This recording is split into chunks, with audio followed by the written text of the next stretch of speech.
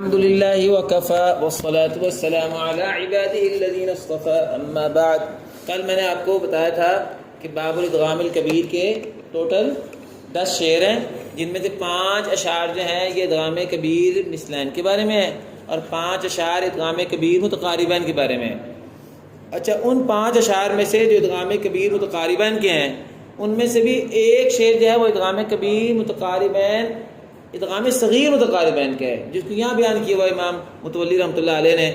بیان اس کو ہونا چاہیے باب الادغام بعد میں آ رہا ہے، دیکھو آپ یہ دیکھیں اگلے صفحے میں یہ آ رہا ہے باب الظاہر الادغام آگے آ رہا ہے نا، جا کے ادغام صغیر کا مسئلہ وہاں جا کے بیان ہونا چاہیے تھا، بیان یہاں کر دیا، چلو کوئی بات نہیں، بیان آگے ہو گیا پیچھے ہو گیا، بات تو ٹھیک ہے نا۔ تو ایک شعر جو ہے ادغام صغیر متقاربین کا تھا، وہ بھی میں نے کل آپ کو پڑھا دیا تھا۔ باقی ہمارے 4 شعر رہ گئے، ایک تو ہم آج یہ 4 شعر پڑھیں گے اور اس کے ساتھ آپ کو میں نے 2 شعر اور پڑھانے ہیں باب المدی القصر کے۔ باب المدی القصر جو ہے اس کو خلاصہ بعد میں بیان کرتے ہیں، بس انشاءاللہ ہم شروع کر رہے ہیں۔ چلیں شعر نمبر 33، ہاذا۔ اب آپ ماشاءاللہ علماء ہیں، آپ کو قرآن کا انداز بھی آ گیا، عربی کا اسلوب بھی سمجھ آ گیا۔ ہاذا کا مطلب کیا ہوتا ہے؟ خذ ہاذا، ایت ذرا ذہن پکا رکھو نا، جڑی گل ہوگی پیچھے۔ ہاذا یہ پورا جملہ ہے، ہاذا خذ ہاذا دونک ہاذا، اس کو تو پکا سمجھے نا۔ یہ تو جو بات پیچھے بیان ہوگی نا 5 شعروں میں، ایک تو یہ ذہن میں ڈال لیں۔ اب اس کے بعد ہم اگلی بات کرنے لگے ہیں، چلو۔ ووال المکی فی قرب علی قاف بکاف ان بکلمت بلا، اور اگلا آگے شعر آگے بھی نا، بلا خلف کذا اخرج شطأ۔ اچھا میں وہ لگوا دوں آپ کو جو ہیں لائنیں، یہ اخرج شطأ کے بعد لائن لگائیں جی۔ پھر وفی، یہ یہاں سے شعر کا پہلا مصرع پورا ہوا، میم بباء مع يعذب من شفی، یہاں لگائیں جا کے دوسری لائن لگائیں، وفی سے لے کے شفی تک۔ کذافی تصلیۃ المطوعی، یہاں لگائیں لائن۔ کذا بباقی الباب فاضل یعی، یہاں لائن لگائیں جا کے۔ اور کل کا جو شعر پڑھا تھا اس پہ بھی لائن لگا لیں، وزد وعظت مع اطباق متا، یہاں لائن لگائیں۔ والضاد فی الطاء مز، یہاں بھی لائن لگا لیں۔ وفی التاء فاثبتا، یہاں بھی لائن لگا لیں، وفی التاء فاثبتا میں۔ چلیں آخری شعر، وابن محیصن باظہار تلا جمیع ما فیہ اختلاف ابن العلا۔ آسان ہے انشاءاللہ، ہم اپنا جو آپ کا اختلاف ہے وہ ذرا آپ ذہن میں رکھیں تو انشاءاللہ جو ہے نا باقی مسئلہ آسان ہے۔ ہمارا اختلافی مسئلہ اب یہ آ رہا ہے ادغام متقاربین فی کلمہ کا۔ تو سب سے پہلے مکی کا مذہب کیا تھا ذرا ہم وہ دیکھ لیں۔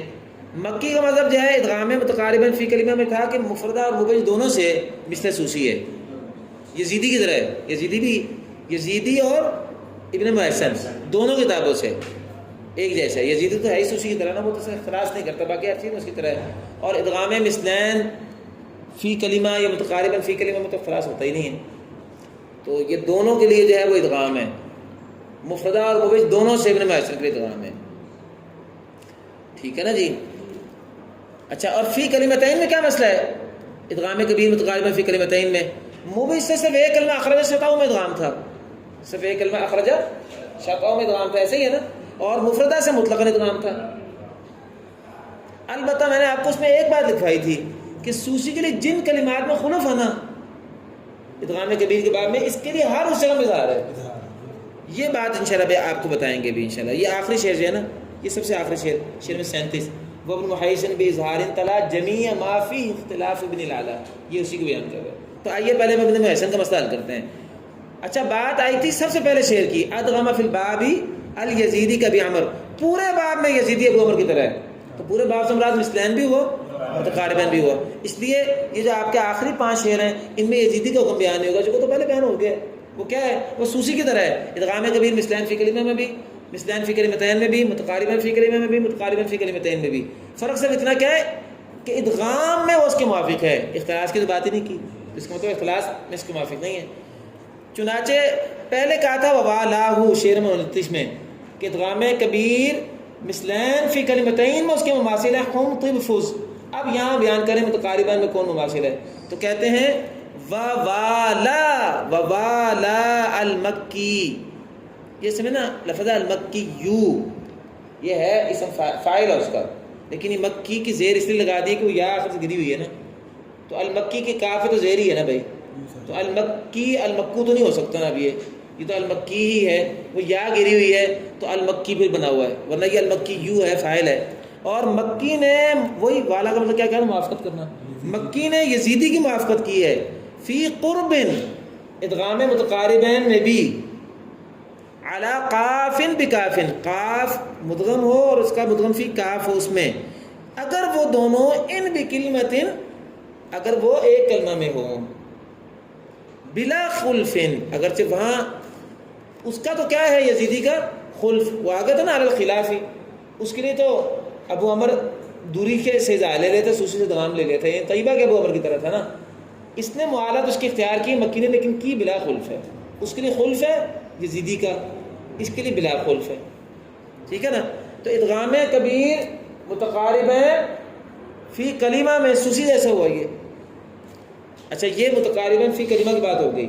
قضا اخرج شطأ، اور اسی طرح مکی کے لیے اخرج شطأ کا ادغام میں بھی یہ یزیدی کی طرح ہے، اخرج شطأ متقارباً فی کلمتین کی بات۔ اچھا یہاں بھی آپ دیکھیں مبیز مفردہ کی بات نہیں کی، نہ قاف اور کاف میں کی ہے، پتہ چلا وہ دونوں سے ہے، اخرج شطأ میں بھی کوئی قید نہیں ہے، یہ بھی دونوں سے ہے، کیونکہ جو دوسرا مطلب ہے مفردہ سے مطلقاً والا، اس میں بھی تو اخرج شطأ تو آتا ہی آتا ہے، اخرج شطأ میں تو آتا ہی آتا ہے، اس لیے اس میں قید لگانے کی ضرورت نہیں ہے۔ لیکن اب بات یہ آ گئی کہ مفردہ سے جو ہم نے کہا تھا کہ مطلقاً اس کے لیے کیا ہے، پورے باب میں ادغام ہے، وہ ذرا دیکھیں شعر میں 35 کا دوسرا مصرع کیا ہے، قضا بباقی الباب فاضل یعی، یہ فا کیا ہے مفردہ، اسی طرح باقی باب میں ابن محسن مفردہ سے، فا رمز کیا ہے، رمز ہے ابن محسن مفردہ سے، اسی طرح باقی باب میں ابن محسن مفردہ سے وعا یعی محفوظ کرتا ہے، یعنی بینت ادغام کبیر متقارباً فی کلمتین میں باقی باب میں مطلقاً ابن محسن کا ادغام ہے، اور باقی باب میں اخرج شطأ بھی داخل ہے اور دیگر کلمات بھی شامل ہیں، لیکن یہ ابن محسن مفردہ سے ہے صرف، تو مبیش سے پھر کیا ہوا، وہ صرف اخرج شطأ ہوا اس کا، تو ہمارا مسئلہ ختم ہو گیا، حل ہو گیا۔ ابن محسن متقارباً فی کلمہ میں دونوں کتابوں سے، قاف اور کاف کا کاف میں ادغام، اور فی کلمتین میں مبیش سے تو اخرج شطأ میں، اور مفردہ سے اخرج شطأ میں بھی اور پورے باب میں بھی، ہمارا مسئلہ ختم ہو گیا۔ البتہ ایک اس کا فرق ہے یزیدی سے یا سوسی سے، وہ یہ تھا کہ سوسی کے لیے جہاں اظہار ادغام دو وجہ ہیں، وہاں اس کے لیے جیسے اظہار ہوتا ہے، وہ آخری شعر پڑھ دو ساتھی، وابن محسن باظہار تلا، اور ابن محسن نے، اب یہاں بھی ابن محسن کا نام ہے نا، جب نام آ جائے جیسے مکی ہے اوپر، یہاں نام آ گیا ہے تو جب نام آ جائے تو دونوں کتابیں ہوتی ہیں، ابن محسن نے دونوں کتابوں سے اظہار کے ساتھ پڑھا ہے، تلاوت کی ہے، جب تمام ان مقامات میں جس میں ابن العلا کا اختلاف ہے، جس میں ابن العلا کی دو وجہ ہیں، یعنی سوسی کی دو وجہ ہیں، جہاں اس کی ایک ہی وجہ ہوگی، اور وہ کیا ہے، وَعِنْدَهُ الْوَجْهَانِ فِي كُلِّ مَوْضِعٍ تَسَمَّى لِلَّهِ فِيهِ مُعَلَّلًا، وہ جو ہے يَخْلُ لَكُمْ وَجْهُ أَبِيكُمْ وغیرہ، اور إِنْ يَكِ كَاذِبًا يَبْتَغِي غَيْرَهُ وغیرہ، اور اس طرح اللہ ہی ہے اسنا، اس میں بھی دو وجہ ہیں، اسی طرح طَلَّقَكُنَّ میں دو وجہ ہیں، اسی طرح جو الزَّكَاةَ ثُمَّ التَّوْرَاةَ ثُمَّ، اسی طرح جِئْتِ شَيْئًا میں دو وجہ ہیں سوسی کی، جتنی جگہ میں دو وجہ ہیں نا، ابن محسن کی ایک ہی وجہ ہوا ہے، وہ وہاں اظہار کرے گا جا کے، یہ ہو گیا وابن محسن باظہار تلا جمیع ما فی اختلاف ابن العلا۔ تو اب آپ دیکھ لیں کہ آپ کے جو 4 شعر تھے، 4 میں سے 3 شعر تو پورے ہو چکے ہیں، 4 میں سے 3 شعر تو ابن محسن کے تھے پورے، آپ نے دیکھ لیا نا، پہلا شعر نمبر 33 پورا ابن محسن کا آ گیا، 34 کا پہلا آدھا مصرع آ گیا، 35 کا دوسرا آدھا مصرع آ گیا، 37 کا پورا شعر آ گیا، 3 شعر پورے ابن محسن کے مل گئے ہیں، تو اس کا مطلب بڑا مسئلہ ابن محسن کا تھا، وہ حل ہو گیا، اور یزیدی کا جو مسئلہ ہے وہ پہلے شعر میں حل ہو گیا ہوا ہے، اب رہ گئے 2 قاری، وہ ہیں اعمش اور حسن بصری، ان کے لیے ادغام متقارباً فی کلمہ اور فی کلمتین میں کیا ہے یہ بتانا بس رہ گیا نا۔ تو اب آئیے جو باقی مادہ شعر میں دیکھ لیتے ہیں، تمہارا بات ختم ہو جائے گا انشاءاللہ۔ چلو شعر نمبر 34 کا دوسرا مصرع دیکھیں، وفی میم ببا، وفی میم ببا، میم کا با میں مطلقاً، ما يعذب من شفی، اور اس کے ساتھ يعذب من کلمہ میں شنبوزی کے ادغام ہے. اب بھائی اگر آپ شادبی آپ کے سامنے ہو تو با کا میم میں ادغام ہوتا ہی ہے کلمے میں سوسی کا، وہ يعذب من کلمہ ہی ہے، اس کے علاوہ کس کلمہ ہوتا ہی نہیں ہے. یہ 5 جگہ پہ آتا ہے يعذب من، اس کو تو کلمہ کے طور پہ شمار کر دیے. با کا میم میں میم کا با میں، اور با کا میم میں سوسی کے لیے ہوتا ہی يعذب من میں تھا، اس کا بھی اسی کلمے میں ہے. اور باقی میم کا با میں مطلقاً ہے، جیسے اعلم بکم هو اعلم بکم اذ انشاکم، اور علم بالقلم سورہ اقرا بسم ربک الخلق میں میم کا با میں مطلقاً، اور با کا میم میں صرف کلمہ يعذب من میں. تو گویا کہ قاعدہ کیا ہو گیا؟ ادغام متقارباً فی کلمتین میں با کا میم میں میم کا با میں، اور مثلین فی کلمتین میں اس کو حکم کیا گزرا تھا؟ اوپر گزر گیا والبا بھی با شفا. یہ آپ کو ذہن میں آ گیا ہوگا سر. اور باقی رہ گیا ادغام متقارباً فی کلمہ، اس کا بیان ہی نہیں کیا، ہوا اس کا بیان ہی نہیں کیا، وہ اپنے اصل کے مطابق ہو گیا. اس کا اصل کون ہے؟ حمزہ، اور حمزہ جو ہے اظہار کرتا ہے. شنبوزی آمش کا شکیل دینا، اور آمش کا اصل حمزہ ہے. تو کیا نکلا؟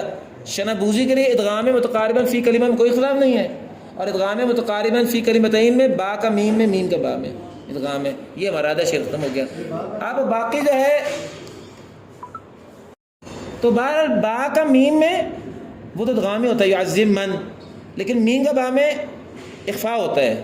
مدغم ساکن کرتے ہیں تو ساکن کر کے پھر اخفاء ہوتا ہے، جیسے اعلم بکم علم بالقلم، اس کو ادغام نہیں کہتے. ادغام تو یوں بنے گا نا علب بالقلم، ادغام نہیں ہوتا، اخفاء ہوتا ہے. لیکن عمل تو ادغام کا ہی ہے نا، وہ جو مدغم متحرک سے ساکن ہوا تھا وہ تو ادغام کی وجہ سے ہوا تھا نا. پھر ساکن ہونے کے بعد داخل کیا تو داخل کرنے کے بعد نتیجے میں اخفاء ہوا، تو اس لیے باب ادغام ہی بنتا ہے اگر جو ہوگا اخفاء. تو چلیے اب ہمارا آدھا شعر رہ گیا صرف پیچھے. شنبوزی کا مسئلہ حل ہو گیا ہمارا. اب پہلے ابن حسن کا برا حل ہو گیا، یزیدی کا برا حل ہو گیا ہوا ہے.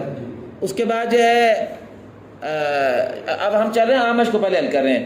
آمش میں شنبوزی کا حل ہو گیا، اب متوی رہ گیا. باقی آدھا شعر متوی کا. کذاک فی تسلیۃ المتوی، متوی کے لیے ادغام متقارباً فی کلمتین میں صرف ایک کلمہ ہے تسلیۃ جائیں گے، میں نے آپ کو لکھایا ہوا ہے، باقی پورے باب میں ظاہر ہے. یہ آپ کا آدھا شعر آیا ہوا ہے. اچھا اب متوی کے لیے ادغام متقارباً فی کلمہ میں کیا ہے؟ خاموشی ہے. خاموشی ہے وہ اصل کے مطابق ہے، اور اصل میں اس کا کیا ہے؟ حمزہ کا اظہار ہوتا ہے. وہ تو سوسی ادغام کرتا ہے صرف نا اس میں نرزقکم میں، تو اس لیے اس کا اظہار نکلا ہے. اب رہ گیا پیچھے ہمارا پاس قاری حسن بصری، شعر بھی کوئی نہیں رہ گیا پیچھے. تو نتیجہ وہ نکلا کہ حسن بصری جو ہے وہ اس کے لیے کچھ بھی بیان نہیں ہوا نا حسن بصری کے لیے. تو بہرحال اب رہ گیا صرف حسن بصری پیچھے، اس کے لیے کچھ بھی بیان نہیں کیا، گویا کہ اس کے لیے اظہار ہے دونوں قسموں میں، ادغام کبیر متقارباً فی کلمہ میں بھی اور ادغام کبیر متقارباً فی کلمتین میں بھی. تو بس اب فی الحال ابھی آپ یہیں تک رکیں. اب یہ باب پورا آپ کے سامنے آ گیا. پہلے 5 شعر ادغام مثلین کے ہو گئے، دوسرے 5 شعر ادغام متقارباً کے ہو گئے، اور آپ کو جس انداز میں نے پہلے خلاصہ سارا لکھوا دیا تھا، خلاصہ سامنے رکھ کے اس کی ایک ایک بات کا شاید اگر کتاب سے نکالیں تو کون سی بات کہاں سے نکلتی ہے. اب آپ کے لیے الحمدللہ سارا مسئلہ اللہ تعالیٰ کے فضل سے حل ہو گیا ہے. تو یہاں پہنچ کے ہمارا باب الادغام الکبیر ختم ہوا. آگے ادغام صغیر کا باب جو ہے وہ آگے شعر نمبر 51 سے شروع ہو رہا ہے، وہ انشاءاللہ ہم بعد میں پڑھیں گے. اب جو ہے جو باب ہمارے سامنے وہ باب المد والقصر ہے، تو اس کو ہم حل کر لیں. باب المد والقصر بالکل آسان سا ہے، مختصر سا باب ہے. اس کو جو ہے وہ ہم زبانی آپ کو پہلے بیان کر دیتا ہوں. باب المد والقصر میں بیٹا 2 ہی مدیں ہیں جن میں اختلاف ہے قرأت شاذہ میں، مد منفصل میں، مد متصل میں. مد متصل میں، مد منفصل میں. مد منفصل میں اختلاف ہے، قصر کیا ہے سارے قاریوں نے. مکی کا تو صرف قصر ہے، لیکن یزیدی کی 2 وجہ ہیں، چونکہ اس کے قصر میں 2 وجہ ہیں. یزیدی کا قصر توسط دونوں ہوتا ہے، یزیدی کا قصر توسط دونوں ہوتا ہے. دوری کی بھی 2 وجہ ہوتی ہیں ویسے قصر، سوسی کا صرف قصر تھا. یزیدی کی دونوں وجہ ہیں، اور متوی کا صرف توسط اور طول صرف شنبوزی کے. تو اختلاف کیا ہوا؟ شنبوزی کا صرف طول ہوا اور باقی ساروں کا قصر ہوا. البتہ یزیدی کی 2 وجہ ہیں، یزیدی کی 2 وجہ ہیں. شنبوزی کا طول ہے. مد متصل میں بھی اختلاف یہی ہے، شنبوزی کے لیے طول ہے، باقی ساروں کے لیے توسط ہے. شنبوزی کے لیے طول ہے، باقی ساروں کے لیے توسط ہے. تو آئیے اب ہم جو ہے کتاب سے دیکھ لیتے ہیں. اچھا باقی رہ گئی مد بدل. مد بدل یہاں ہو ہی نہیں سکتی کیونکہ نافع تو کسی کے وہ کسی کا اصل ہے ہی نہیں. نافع نافع کسی کا اصل ہے ہی نہیں. اس کے بعد جو ہے مد لین بھی نہیں ہو سکتی, وہ بھی کسی کا اصل نہیں ہے, آپ جانتے ہیں, وہ اس کا بھی اصل کوئی نہیں ہے.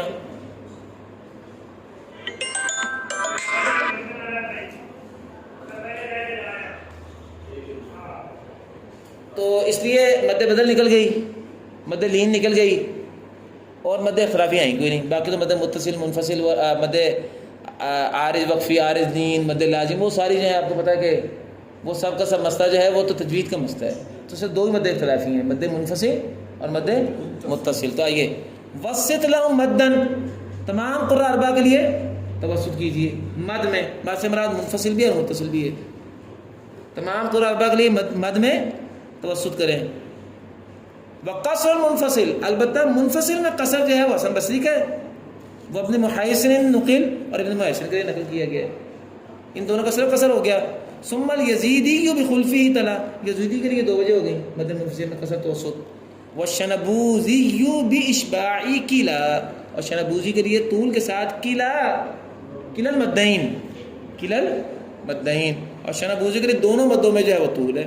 تو بات ہوگی بات. منفصل میں تین مذہب ہو گئے, شنبوزی کا طول, باقی ساروں کا قصر, یزیدی کی دو وجہ ہیں. اور متصل میں دو مذہب ہیں, شنبوزی کا طول, باقی ساروں کے لیے توسط. بس یہ آپ کا باب ختم ہو گیا. آگے آپ باب دیکھیں نا, سارے باب چھوٹے چھوٹے ہیں. دیکھیں, باب العبدتین کلمہ 2 شعروں کا ہے, حمزہ تنوین کلمتین 3 شعروں کا ہے, حمزہ مفرد 4 شعروں کا ہے, باب نقل حرکت 1 شعر کا ہے. ایک شعر آگے آسان ہے باب بالکل. صرف تھوڑا سا لمبا باب آئے گا, باب مذاہب فی یاد الاضافہ اور یاد الزوائد. انشاءاللہ اللہ نے چاہا تو ہر ایک آپ کو اس طرح سمجھائیں گے کہ آپ کے سارے باب آسان ہو جائیں گے. یہ سارے بابوں میں نسبتاً مشکل باب الادغام الکبیر تھا, لیکن وہ آپ کو میں نے الحمدللہ پڑھا کے پہلے یاد کروا کے وہ حل کی ہے. تو اللہ کے فضل سے آپ کے لیے وہ بھی آسان ہو گیا. وآخر دعوانا الحمدللہ رب العالمین.